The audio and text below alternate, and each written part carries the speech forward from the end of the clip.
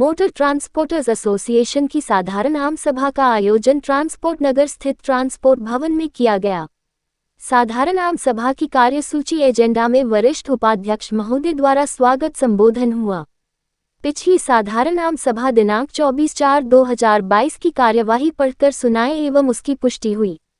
वित्तीय वर्ष 2022 और 23 से 2024 और 25 के आय व्यय का विवरण एवं बैलेंस शीट की कोषाध्यक्ष महोदय द्वारा प्रस्तुति की गई। साथ ही आगामी सत्र के लिए ऑडिटर की नियुक्ति हुई। संस्था कार्यकारिणी कार्यकाल 2022 और 2025 में संपन्न हुई कार्यवाही पर प्रदेश महामंत्री महोदय का विस्तारपूर्वक संबोधन हुआ।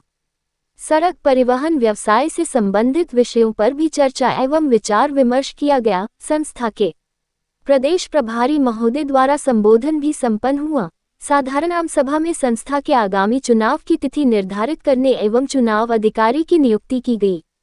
कौशल विकास केंद्र योजना की परिकल्पना, विकास एवं वित्तीय व्यवस्था पर चर्चा एवं निर्णय भी हुआ। साधारण आम सभा में प्रदेश अध्यक्ष द्वारा धन्यवाद संबोधन किया गया। इस साधारण आम सभा में मुख्य रूप से मौजूद रहे Uttar Pradesh motor transports association के प्रदेश अध्यक्ष Ajay Kapoor, Uttar Pradesh motor transports association के प्रदेश महामंत्री मनीष कटारिया के साथ कार्यकारिणी के सभी सदस्य एवं सैकड़ों की संख्या में ट्रांसपोर्ट व्यवसाय उपस्थित रहे।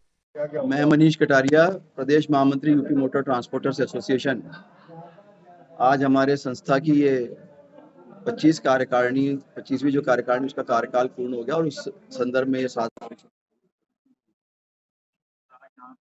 चुनाव अधिकारी का चयन होना है और जब चुनाव अधिकारी का चयन हो जाएगा उसके बाद आगे की कार्यकारिणी है तो चुनाव प्रक्रिया आज से प्रारंभ कर दी जाएगी। इसके अलावा ट्रेड से रिलेटेड मुद्दों पे जो है चर्चा की गई है। सदस्यों ने अपनी अपनी जो समस्याएं सड़क, नाली और गंदगी को लेके बताई, स्वच्छता को लेके, उस पे संस्था अपने अपने स्तर से संबंधित विभागों के साथ निरंतर संपर्क में और प्रयासरत है और जो भी सुधार होंगे उसके निरंतर जो भी पदाधिकारी गण रहते हैं अपने अपने स्तर पे पूरा प्रयास करते हैं और आगे भी प्रयास करते रहेंगे।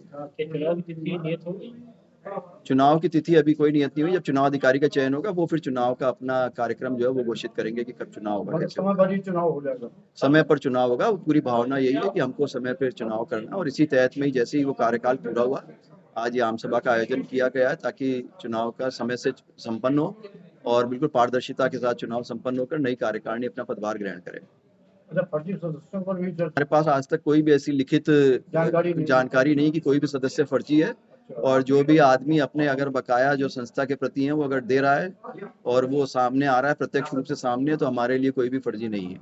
ये कुछ लोग जो है अगर विरोध स्वरूप करना प्रचार के लिए, मैं प्रदेश प्रभारी या प्रदेश महामंत्री होने के नाते मैं कहूँगा कि ये उनके और हमारे जो भी सदस्यता कागजात हैं वो सदैव उपलब्ध हैं। कोई भी हमारा सदस्य जो है सम्मानित सदस्य आके उसकी देख रेख कर सकता है, उसकी जांच कर सकता है और अगर कुछ उसमें उसको लगता है कि कोई त्रुटि है तो उसके लिए लिखित आवेदन दे। उसकी पूरी व्यवस्था संविधान में दी हुई, उस हिसाब से कार्रवाई सुनिश्चित की जाएगी। कार्यकारिणी का गठन कब तक होगा, किस तिथि तक होगा? ये चुनाव अधिकारी तय करेंगे कि नया चुनाव की तारीख क्या होगी और कैसे गठन होगा, लेकिन जो नॉर्मली प्रोसेस है उसके हिसाब से सितंबर तक हो जाना चाहिए।